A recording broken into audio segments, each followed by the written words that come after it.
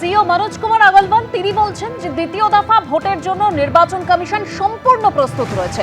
শুনুন। हम तो द्वितीय तरफ का जो है सब हम लोग एकदम रेडी है। पूरी मशीनरी रेडी है। हमारे बीएलओ से लेके एआरओ से लेके आरओ से लेके ओसी से लेके जितने डिपार्टमेंट है इलेक्शन से इन्वॉल्व है सब एकदम तत्पर है, एकदम रेडी है और एकदम 100% रेडी है हम लोग करने के लिए। দ্বিতীয় দফা ভোটের আগে নিরাপত্তায় জোর।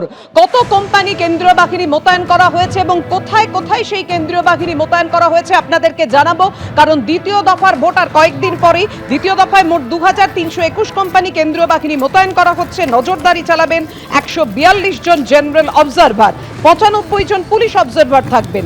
কলকাতার জন্য মোতায়েন থাকছে 273 কোম্পানি বাহিনী। কথা বলবো, আমাদের সঙ্গে রয়েছেন আমাদের প্রতিনিধি অনির্বাণ বিশ্বাস। অনির্বাণ, কোথায় কোথায় কত কোম্পানি কেন্দ্রীয় বাহিনী মোতায়েন থাকছে দ্বিতীয় দফার জন্য? দেখো পাবে, তোমাকে প্রথমেই জানিয়ে রাখি যে 29 তারিখ যে দ্বিতীয় দফা নির্বাচন এবং তার আগে এখনো পর্যন্ত নির্বাচন কমিশন সূত্রে আমরা যেটা জানতে পাচ্ছি যে 2321 কোম্পানি কেন্দ্রীয় বাহিনী তারা কিন্তু মোতায়েন থাকবে দ্বিতীয় দফা নির্বাচনের জন্য। এবং এর পাশাপাশি কিন্তু 142 জন জেনারেল অবজারভার থাকবেন, এক্সপেন্ডিচার অবজারভার থাকবেন আরও 100 জন এবং 95 জন থাকবেন কিন্তু পুলিশ অবজারভার। এবং যে কেন্দ্রীয় বাহিনীর মোতায়েনের কথা বলা হচ্ছে, এখনো পর্যন্ত ইনিশিয়ালি যে তথ্য আমাদের হাতে এসে পৌঁছেছে তাতে দেখা যাচ্ছে যে কলকাতা পুলিশ এরিয়াতেই কিন্তু সবচেয়ে বেশি কেন্দ্রীয় বাহিনী মোতায়েন করা হবে। সেখানে থাকবে 273 কোম্পানি কেন্দ্রীয় বাহিনী। এরপরই যদি দেখা যায় তাহলে কিন্তু পূর্ব বর্ধমান, সেখানে থাকবে 260 কোম্পানি কেন্দ্রীয় বাহিনী। এবং হুগলি রুরাল, যেটা কিন্তু অত্যন্ত গুরুত্বপূর্ণ, হুগলি রুরাল এরিয়া, সেখানে কিন্তু 234 কোম্পানি কেন্দ্রীয় বাহিনী। ঠিক এরকমভাবে কিন্তু একাধিক জায়গা রয়েছে যেখানে কিন্তু প্রচুর সংখ্যা কেন্দ্রীয় বাহিনী মোতায়েন করা হবে। মূলত কমিশন যেটা চাইছে যে দ্বিতীয় দফায় কিন্তু অবাধ এবং সুষ্ঠু নির্বাচন, সেই নির্বাচন করবার জন্য যা যা প্রয়োজনীয় পদক্ষেপ নেওয়ার প্রয়োজন সেই প্রয়োজনীয় পদক্ষেপ নেওয়া হবে। তবে কমিশন সূত্রে এটাও খবর যে প্রথম দফা নির্বাচন যতটা সহজে কমিশন উদ্যোগ নিতে পেরেছিল, দ্বিতীয় দফার ক্ষেত্রে কিন্তু যথেষ্ট চ্যালেঞ্জ রয়েছে। কারণ যে সমস্ত এলাকায় আজকে ইলেকশন কমিশনের তরফ থেকে নজর দেওয়া হচ্ছে সেই সমস্ত এলাকায় কিন্তু প্রায় হিংসা কবলিত এলাকা এক এক সময়, এবং আগের নির্বাচন অর্থাৎ লোকসভা নির্বাচন বা বিধানসভা নির্বাচনে সেই সমস্ত এলাকায় কিন্তু হিংসার অভিযোগ রয়েছে বা হিংসা হয়েছে। সেই কথা মাথায় রেখেই কিন্তু দ্বিতীয় দফার যে নির্বাচন হতে চলেছে 142 আসনে, সেই জন্য কিন্তু আলাদা আলাদা স্ট্র্যাটেজি নেওয়া হচ্ছে। এবং তুমি জানো আজ সকাল থেকে কিন্তু মনোজ কুমার আগরওয়াল যিনি সিও, তিনি কিন্তু বিভিন্ন জেলায় জেলায় ঘুরছেন, বিভিন্ন বিধানসভা এলাকায় ঘুরছেন আজকে সকাল থেকে। এই দ্বিতীয় দফার নির্বাচন, সেই নির্বাচন শান্তিপূর্ণ করার জন্য ইতিমধ্যে 2321 কোম্পানি কেন্দ্রীয় বাহিনী মোতায়েন করা হবে। অর্থাৎ তারই পাশাপাশি এই সিও মনোজ কুমার আগরওয়াল এই দ্বিতীয় দফার নির্বাচনের আগে একেবারে বাছা বাছা কেন্দ্র পরিদর্শনে তিনি বেরিয়ে পড়েছেন, যার মধ্যে সন্দেশখালিও রয়েছে।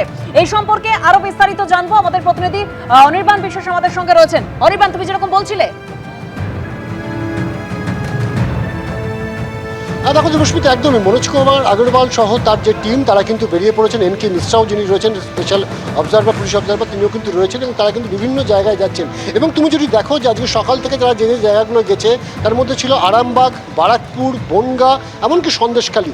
এই যে 4টি জায়গায় আজকে তারা ঘুরছেন, প্রত্যেকটি জায়গায় কিন্তু অতীতের যে লোকসভা বা বিধানসভা নির্বাচন, সেই বিধানসভা নির্বাচনগুলিতে কিন্তু হিংসার ঘটনা ঘটেছে। কোথাও গুলি চলেছিল, কোথাও মৃত্যুর ঘটনা ঘটেছিল, কোথাও বোমাবাজি হয়েছিল।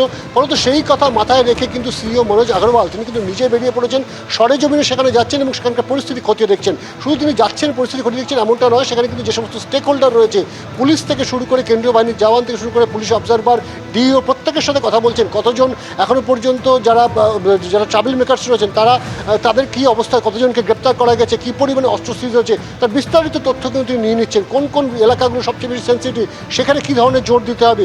অর্থাৎ যেটা বোঝা যাচ্ছে যে এই যে এলাকাগুলোতে মনোজ আগরওয়াল এবং তার টিম যাচ্ছেন, প্রত্যেকটি এলাকার জন্য কিন্তু আলাদা আলাদা পরিকল্পনা নেওয়া হয়েছে ইলেকশন কমিশনের তরফে। এবং যেমনটা আমরা জানতে পারছি আগামীকালও কিন্তু তিনি বেরোবেন এবং আগামীকাল কিন্তু তিনি কাটোয়া এবং কাকদ্বীপ যাওয়ার কথা রয়েছে। অর্থাৎ একদিকে কিন্তু নদিয়া, অন্যদিকে কিন্তু তিনি দক্ষিণ 24 পরগনায় যাবেন। স্বাভাবিকভাবে এই কাকদ্বীপ কিন্তু বারে বারে আমরা দেখেছি যে দক্ষিণ 24 পরগনার এই যে কাকদ্বীপ, সেখানে কিন্তু বারে বারে গণ্ডগোল হয়, মৃত্যুর ঘটনাও ঘটেছে আগের নির্বাচনগুলোতে। ফলত ইলেকশন কমিশন এবং সিও অফিস চাইছে যে 29-এর নির্বাচন সেটা কিন্তু অত্যন্ত বড় চ্যালেঞ্জ তাদের কাছে, এবং এই নির্বাচন যদি সুষ্ঠুভাবে করতে হয় তার জন্য প্রত্যেকটি বিধানসভা বা যে এলাকা বা যে বিধানসভাগুলো হিংসাপ্রবণ, সেই সমস্ত এলাকার জন্য আলাদা আলাদা করে কিন্তু দাওয়াই ঠিক করতে হবে। এবং সেই দাওয়াই দেওয়ার জন্যই কিন্তু বলা যেতে পারে আজকে মনোজ আগরওয়াল তার টিম নিয়ে বেরিয়ে পড়েছেন বিভিন্ন জেলায় জেলায় বিভিন্ন বিধানসভা কেন্দ্রগুলিতে। ধন্যবাদ অনির্বাণ। 29 তারিখ দ্বিতীয় দফার ভোট। এই মুহূর্তে সরাসরি গোঘাটের ছবি আপনাদের সামনে রাখবো। গোঘাটে রোড শো করছেন রাজনাথ সিং। সরাসরি সেই ছবি রেখেছি আপনাদের সামনে।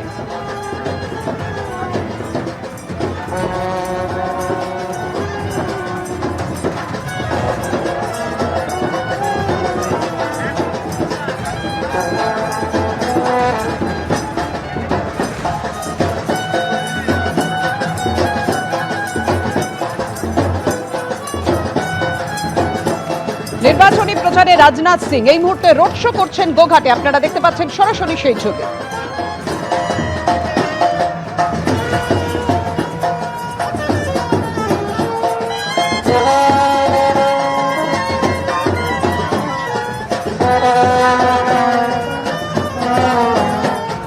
এবিপি আনন্দ, এগিয়ে থাকে, এগিয়ে রাখে।